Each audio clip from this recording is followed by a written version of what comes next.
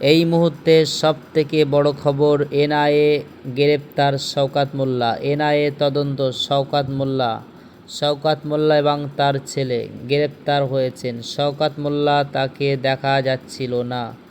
কোথায় ছিল শওকত মোল্লা, তার কোনো খোঁজ মিলছিল না। সেই শওকত মোল্লা এনআইএ অফিসারের কাছে গ্রেপ্তার হয়েছেন। কামালগাছি থেকে শওকত মোল্লাকে গ্রেপ্তার করা হয়েছে। শওকত মোল্লার ছেলে ইমরান মোল্লা, তাকেও গ্রেপ্তার করা হয়েছে। শওকত মোল্লার ছেলে ইমরান মোল্লা, তাকে দেখা গিয়েছে নদী ভরাট করে সেখানে যেভাবে বিলাসবহুল জায়গা, শওকত মোল্লার ছেলে ইমরান মোল্লা সেখানে রেস্টুরেন্ট তৈরি করেছিল। আজ সেই জায়গাতেই দেখা গিয়েছে এনআইএ তদন্তকারীরা সেখানে গিয়েছে। শওকত মোল্লার ছেলেকেও গ্রেপ্তার করেছে, শওকত মোল্লাকে গ্রেপ্তার করেছে। যে শওকত মোল্লার দাপটে কাঁপত ক্যানিং পূর্ব, সবাই ভয় করত যে শওকত মোল্লাকে, আজ সেই শওকত মোল্লার একেবারে দেখা গিয়েছে চুপ হয়ে আছে। শওকত মোল্লাকে প্রশ্ন করছে, কোথায় ছিলেন আপনি, কি চুরি করেছিলেন? শওকত মোল্লার প্রশ্ন করলে শওকত মোল্লার কাছ থেকে কোনো উত্তর মিলছে না। একেবারে শওকত মোল্লা মুখ বুজিয়ে গাড়ির ভেতরে বসে আছে। তাহলে কি শওকত মোল্লা এবারে ধরা পড়ে গিয়েছে? শওকত মোল্লা এবারে কি ধরা পড়ে গিয়েছে?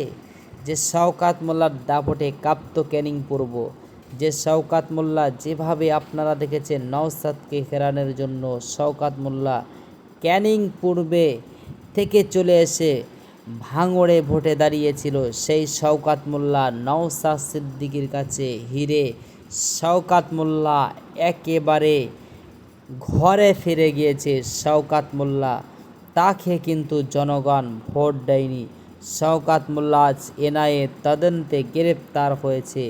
যে শওকত মোল্লা, তার দাপটে আপনারা দেখেছিলেন আব্বাস সিদ্দিকী ভাইজানকে মারতে গিয়েছিল। এই শওকত মোল্লার কথা অনুযায়ী, এই শওকত মোল্লার যারা ভক্ত, শওকত মোল্লার সঙ্গী যারা, তাদেরকে দেখা গিয়েছিল আব্বাস সিদ্দিকী, তাকে যেভাবে মারতে যাওয়া হয়েছিল, আব্বাস সিদ্দিকী তাকে মারতে যাওয়া হয়েছিল, একজনের বাড়িতে আশ্রয় নিয়েছিল আব্বাস সিদ্দিকী। আজ সেই শওকত মোল্লার পরিণতি আপনারা দেখতে পাচ্ছেন। কোরাইশ বংশের খানদানদের সাথে যেভাবে এরা বেয়াদবি করেছিল, তার সাজা এখন শুরু হয়ে গিয়েছে শওকত মোল্লাকে। আপনারা দেখছেন এই মুহূর্তে, আপনারা দেখেছেন ফুরফুরাতে যে টিএমসি পার্টির লিডার, যাকে আপনারা বৃহত্তর মুখ্যমন্ত্রী দেখেছেন, তার কথায় আপনারা দেখেছিলেন ফুরফুরা শরীফে গভীর রাতে আব্বাস সিদ্দিকীর বাড়িতে পুলিশ পাঠানো হয়েছিল আব্বাসকে গ্রেপ্তার করার জন্য। রাতের অন্ধকারে আব্বাসকে তুলে নিয়ে তাকে নিখোঁজ করে দেওয়ার একটা ষড়যন্ত্র করেছিল। আব্বাস সিদ্দিকীর দরজায় গিয়ে লাথি মারা হয়েছিল। জানি না আদেও তারা কি পুলিশ না এদের গোন্ডা বাহিনী ছিল। সেটাই সেই ফুরফুরা শরীফে আব্বাস সিদ্দিকীর সাথে যারা ফুরফুরা হুজুরদের বিরুদ্ধে কথা বলেছিল, আজ তাদের দলটা কোথায় গিয়েছে? আজ তাদের দলটা কোথায় গিয়েছে? দুটি ভাগ হয়ে গিয়েছে। তাদের দল দা একেবারে 2026-এ পুরো শেষ হয়ে গিয়েছে। এবং যিনি এখন মুখ্যমন্ত্রী রয়েছেন শুভেন্দু অধিকারী একেবারে দলটাকে তার নাম নিশানা মিটিয়ে দিচ্ছেন। টিএমসির পতাকা মতো মানুষ আর হাতে নিতে চাইছে না। এই মুহূর্তে সবথেকে বড় খবর আপনাদের কাছে আমরা দিচ্ছি, যারাই ফুরফুরা শরীফের সাথে বেয়াদবি করেছে তাদের অবস্থা কি হচ্ছে দেখুন। যাদের দলের লিডার বলেছিল কোরআন, বাইবেল, গীতা শেষ হয়ে যাবে, আমার কাহিনী শেষ হবে না, আমার কাহিনী ফুরোবে না, আমার উন্নয়ন শেষ হবে না, তাদের দলটা আজ কোথায় গিয়ে দাঁড়িয়েছে ভাবতে পারছেন?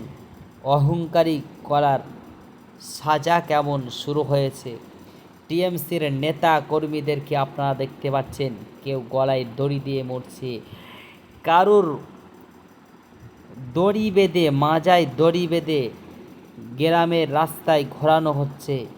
আপনারা দেখতে পাচ্ছেন, আপনারা দেখেছেন মুফতি আব্দুল মাতিন সাহেব, বইকারার মুফতি আব্দুল মাতিন সাহেব, তাকে আপনারা দেখেছেন টিএমসি দলে দাঁড়িয়ে হাড়োয়াতে সে জিতে এমএলএ হয়েছে, কিন্তু তাকে দেখেছেন হাড়োয়ায় যাওয়ার পরে মহিলা পুরুষ তারা তাকে কিভাবে গাড়ি থেকে বার হতে দিচ্ছে না, তারা করছে মুফতি আব্দুল মাতিন সাহেবকে রীতিমতো। তাহলে বলুন, নওশাদ সিদ্দিকীর দল আইএসএফকে যারা বিরোধিতা করেছিল তাদের অবস্থা কি হচ্ছে?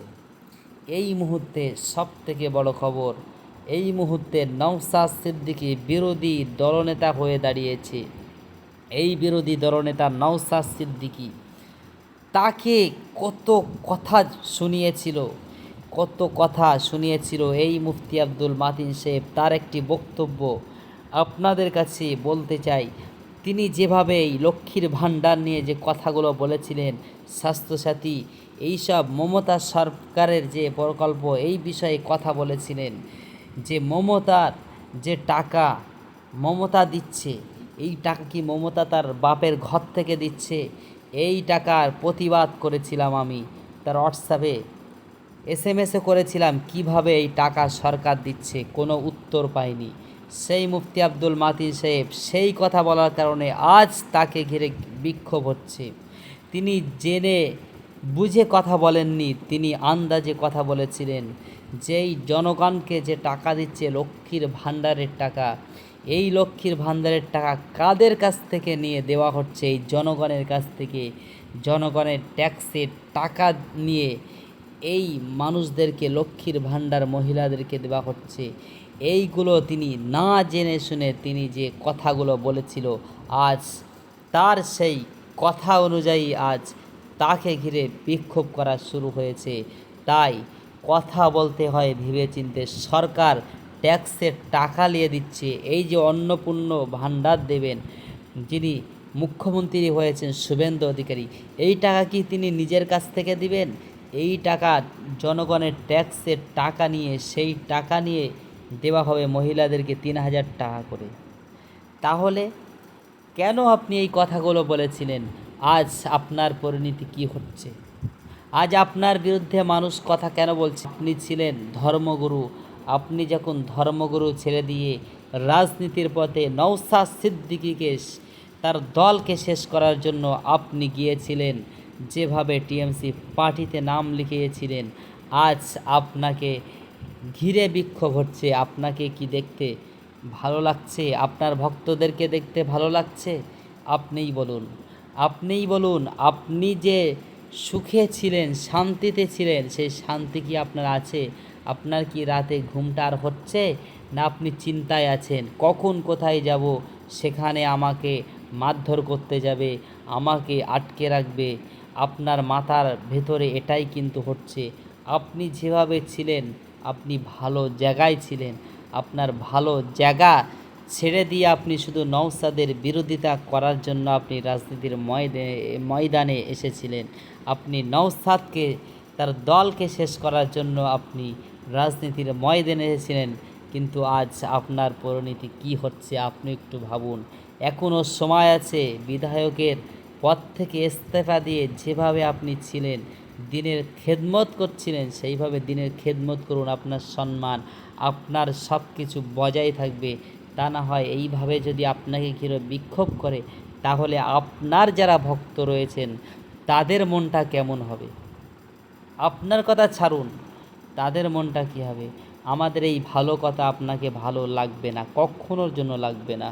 কেন? আপনি 1,20,000 কি 21,000 টাকা প্রতি মাসে ফ্রি পাচ্ছেন, কোনো কষ্ট ছাড়াই পাচ্ছেন। তাই আপনাকে আমাদের কথা ভালো লাগবে না। আপনার ভাই মুফতি আব্দুল কাইম সাহেব, সে কিন্তু দিনের খেদমত করছে, মানুষের কাছে সম্মান পাচ্ছে, যেখানে যাচ্ছে তার একটা সম্মান আছে। আর আপনার কিন্তু সেই সম্মানটা আস্তে আস্তে চলে যাচ্ছে। আপনি যখন রাজনীতির ময়দানে রাজনীতিতে নাম লিখিয়েছেন, আপনার সম্মানটাকে মানুষ হানি করছে, আপনার সম্মানটাকে শেষ করার চেষ্টা করছে। আপনি এই 14 দলে নাম লিখিয়েছিলেন বলে আজ আপনাকে ঘিরে মানুষ এই বিক্ষোভ করছে। আপনি বুঝতে পারেননি আপনাকে দলে ডেকে আপনাকে তারা শেষ করতে চেয়েছে, আর সেটাই হয়েছে আপনার।